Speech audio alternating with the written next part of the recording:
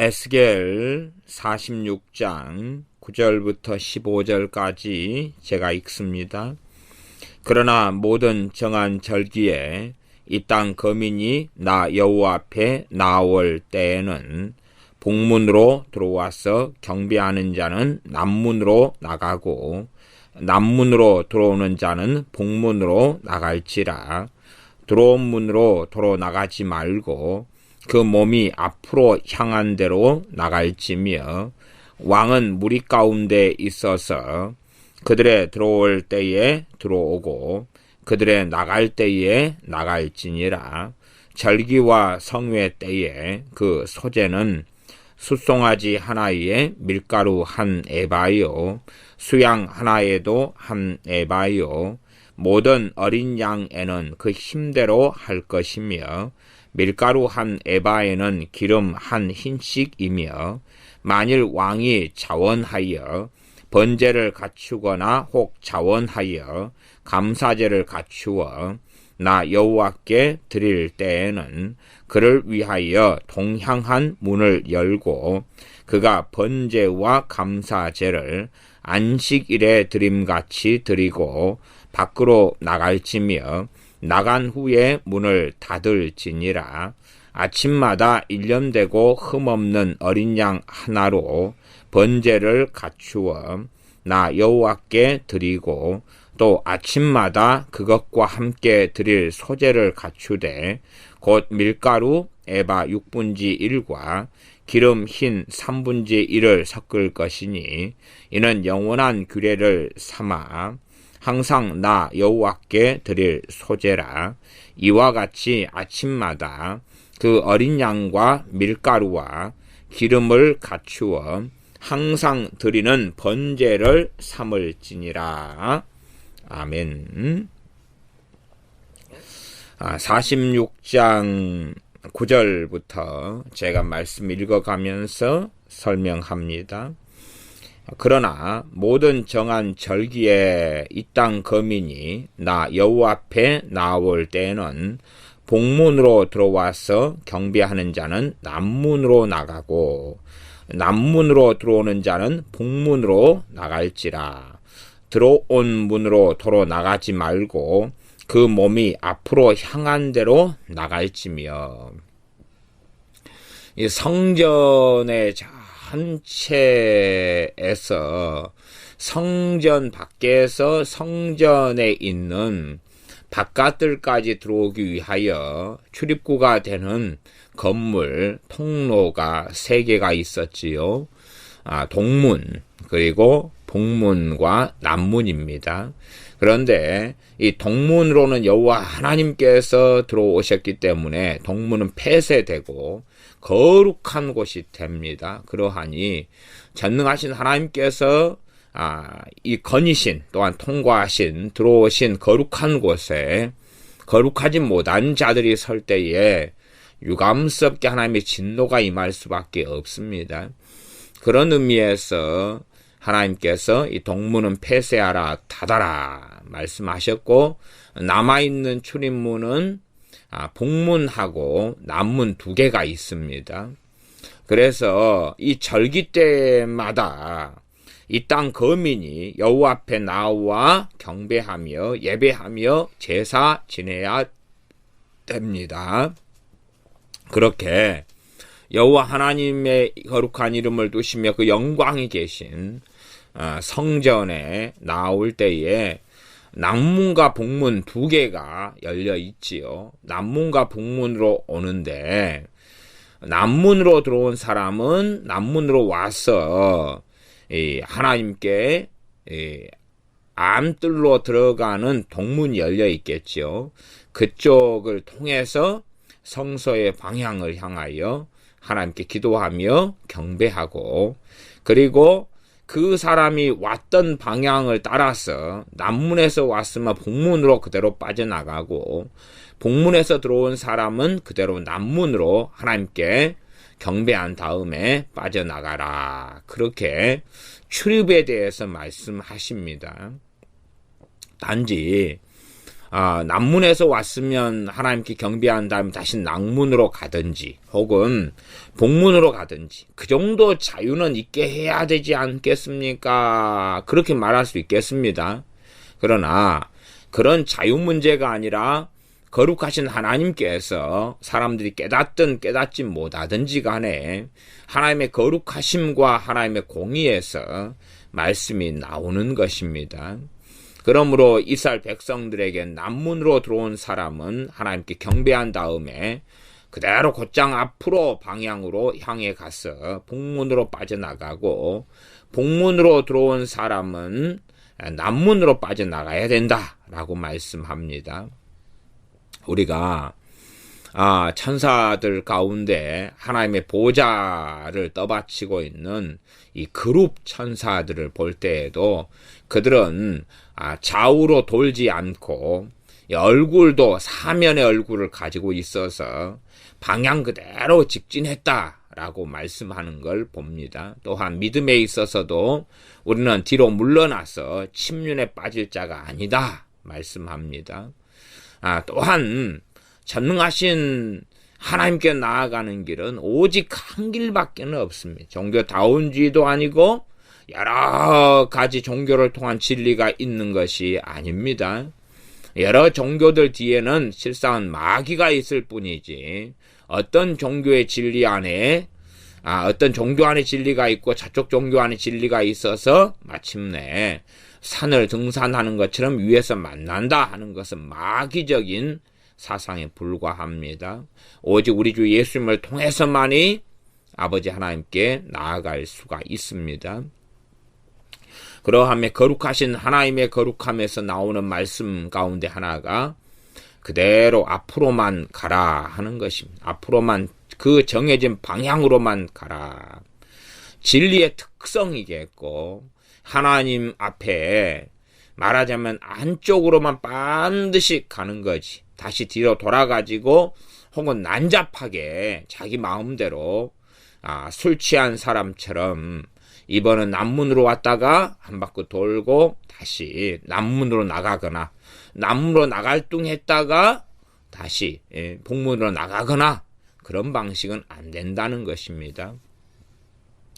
하나님의 뜰엔 바깥들에 들어와서도 사람들과 만나서 이야기를 주고받고 대화하고 노는 장소가 아니라 하나님을 경배하고 예배하는 장소이다. 그렇기 때문에 거룩한 구별이 있습니다.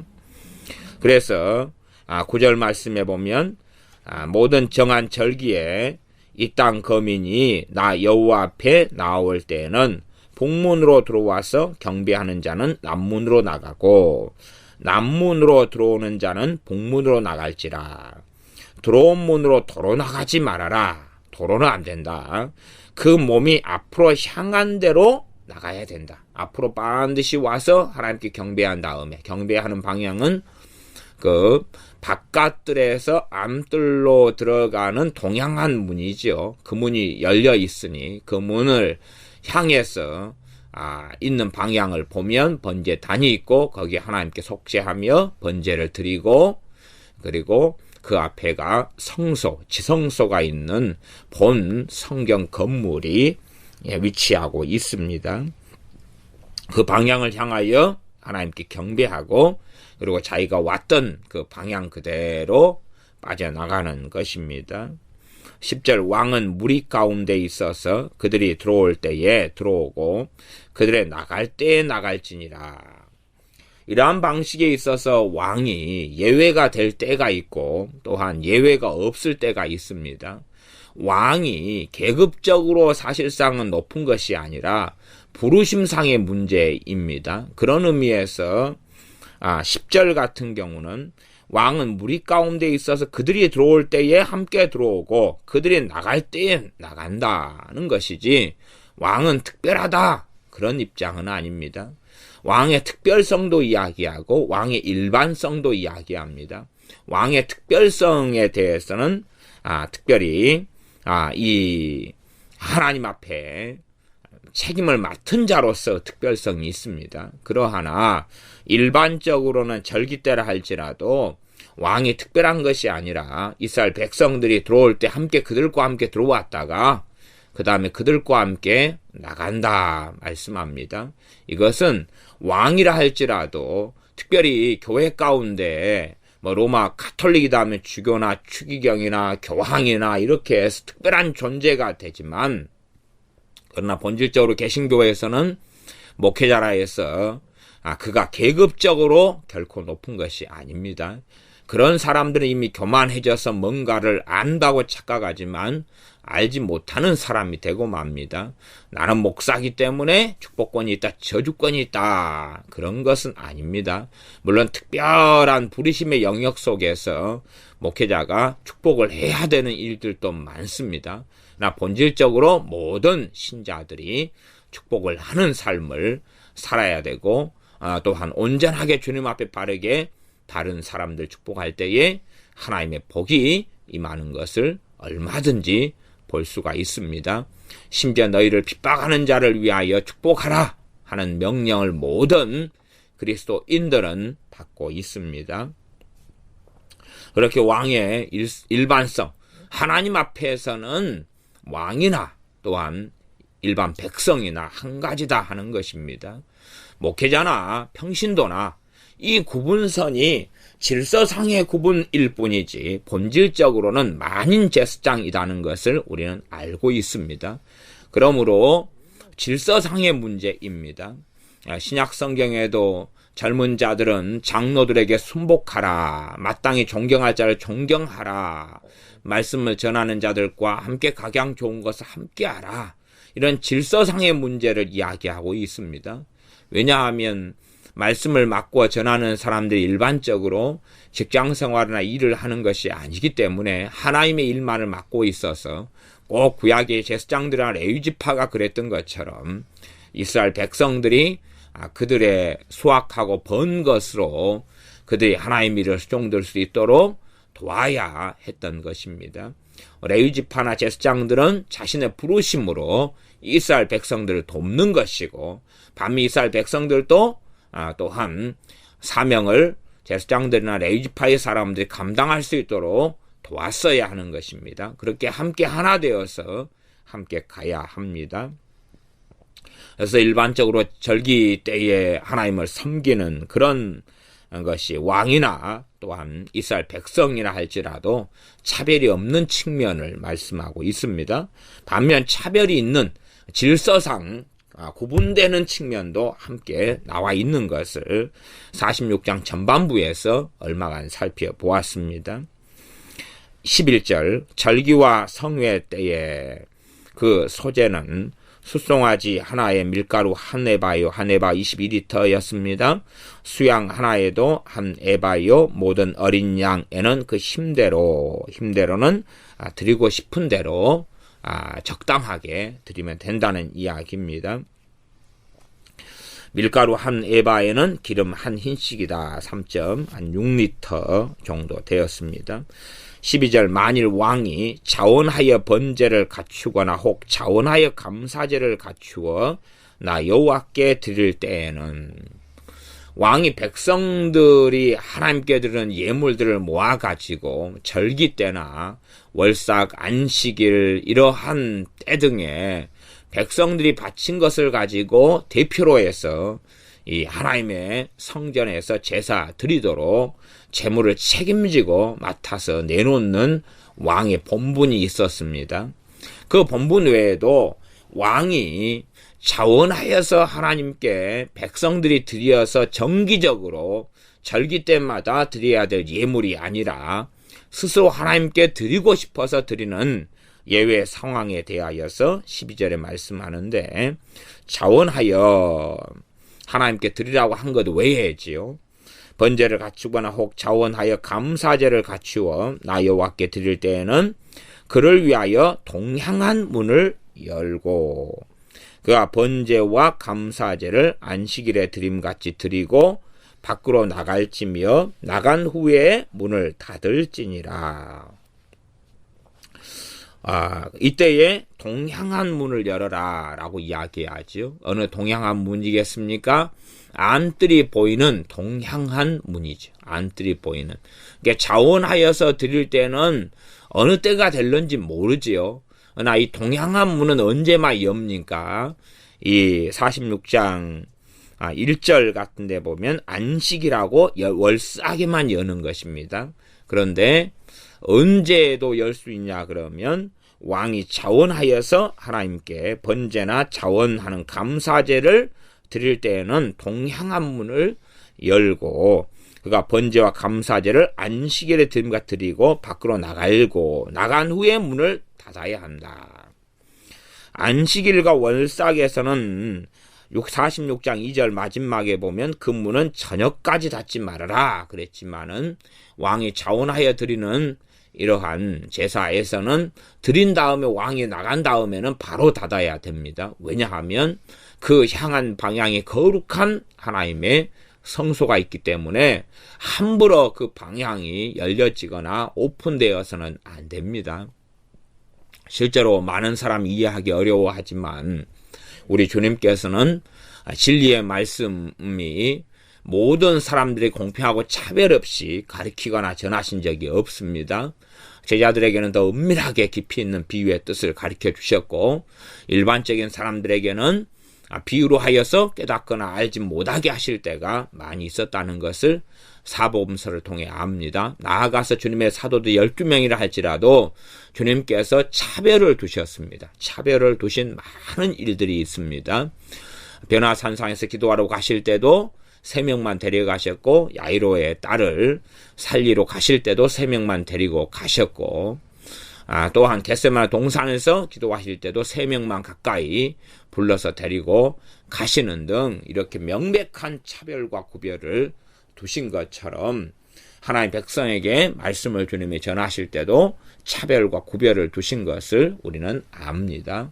그래서 누구는 알지만은 주님께서는 다른 사람들에게는 알리지 말아라고 은밀하고 비밀로 하라고 쉬쉬하셨던 적들이 사복음서에 종종 나오는 것을 우리는 발견합니다. 그런 것처럼 하나님께서는 이러한 이 사람들에 대하여서 구분하시며 이 거룩한 하나님의 것들에 있어서 함부로 접촉하거나 함부로 나오는 것이 오히려 그들에게 해가 되는 줄을 아시기 때문에 이렇게 때가 되면 빨리 문을 닫도록 하시는 것을 우리가 얼마간 이해해야 됩니다. 13절입니다. 아침마다 일련되고 흠없는 어린 양 하나로 번제를 갖추어 나 여호와께 드리고 아침마다 하니까 매일 드리는 그러한 제사를 이야기합니다. 구약의 이 출애굽기나 레위기 같은 데에서는 매일 드리는 제사가 아침과 저녁에 드렸는데 지금 에스겔 말씀에서는 아침과 저녁을 전제로 해서 아침만 말씀하는지 혹은 아침과 저녁에서 이제는 아침으로 바뀌었는지까지는 애매합니다. 그까지는 우리가 알기는 어려운 것 같습니다. 네, 여기서는 아침마다로 일단은 이야기하면서 매일 드리는 제사에 대해서 말씀하고 있습니다. 아침마다 그것과 함께 드릴 소제를 갖추되 아침마다 드려야 될 것이 13절, 14절, 15절에 보면 총 3가지가 나옵니다. 잘 보셔야 됩니다. 3가지. 1년되고 흠없는 어린 양입니다. 그래서 매일 드리는 이 제사에 어린 양 대신 우리 주님에 대한 계시가 정확하게 나와 있는 것을 알게 됩니다. 우리 주님에 대한 이야기죠. 첫째는 우리 주 예수 그리스도, 또한 그리스도로 인한 복음까지 해서 흠없는 어린 양 하나로 번제물을 갖추어 가지고 여호와 하나님께 드린다. 첫 번째.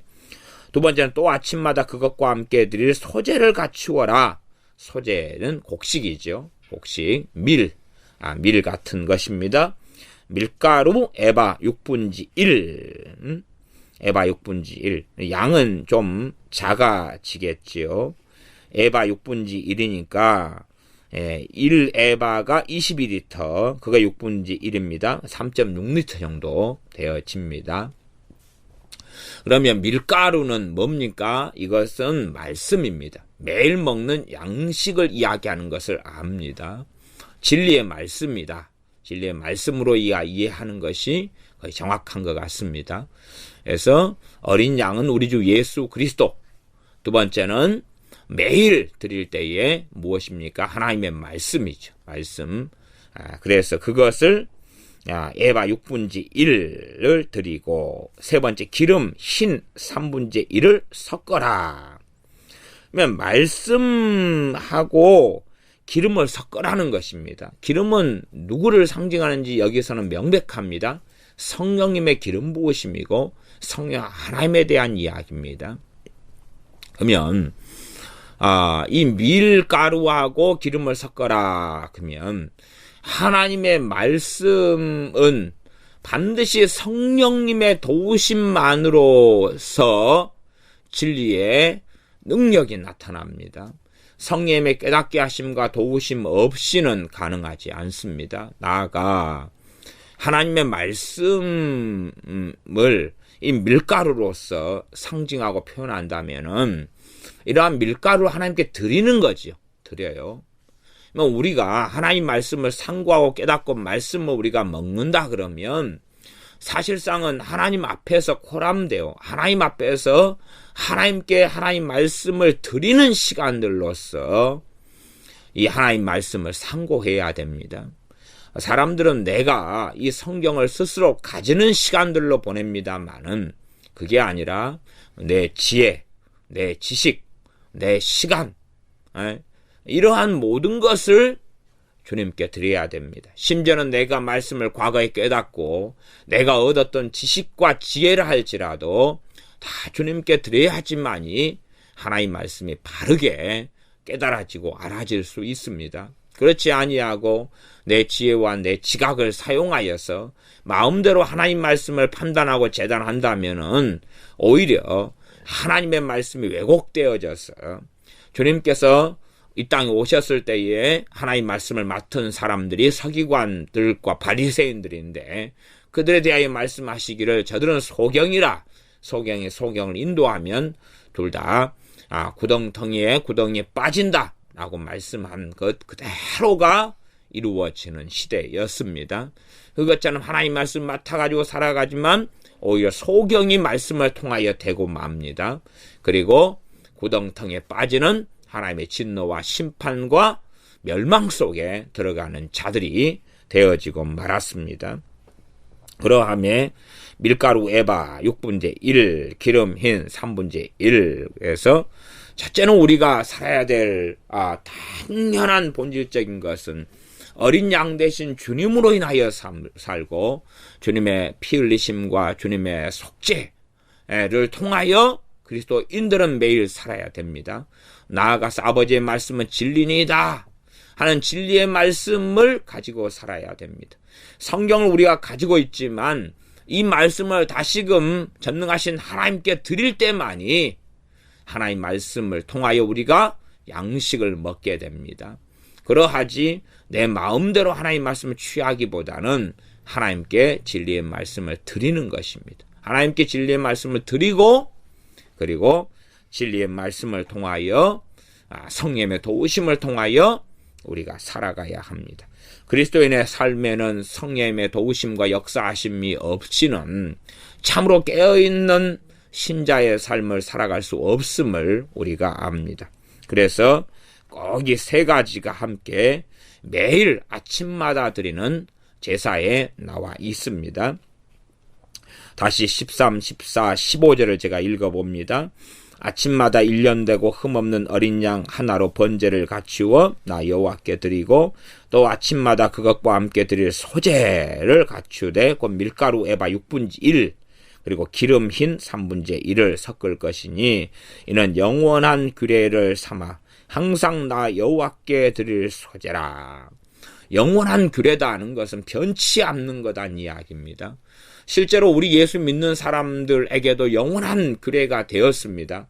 우리는 그러함에 이 말씀이 어떻게 성취되는가를 보아야 됩니다. 영원한 규례라는 것은 영원까지의 개념이니까 주님께서 이 땅에 오신다 해도 폐해진 것이 아닙니다. 영원하니까. 그러면 주님께서 오신 다음에는 이제는 더 이상 이런 매일 드리는 번제나 매일 드리는 소제를 드리지 않습니다. 왜냐하면 주님 안에서 폐해진 게 아니라 완성되었기 때문에 그렇습니다. 그러므로 신자들은 이 어린 양의 성취되시며 어린 양을 통하여서 예표해 주신 우리 주님을 만나고 주님을 통하여 하나님 앞에 서며 매일 나아가게 됩니다. 주님께서 우리의 대제사장이시며 중보자 되십니다. 또한 우리의 주님이 구주가 대속주가 되시는 것을 우리는 압니다. 나아가 진리의 말씀을 통하여 살아가야 합니다. 매일 하나님 말씀을 통하여 살아가고 매일 또한 성령의 역사하심과 도우심을 힘입어 살아가야 됩니다. 이 성령의 도우심이 아니고서는 하나님께 온전하게 나아갈 수가 없는 것입니다. 성령님께서는 진리의 말씀을 통하여 우리를 중생시키시며 거듭나게 하시며 거룩하게 하시는 일을 합니다. 우리 스스로가 거룩해 되는 게 아닙니다.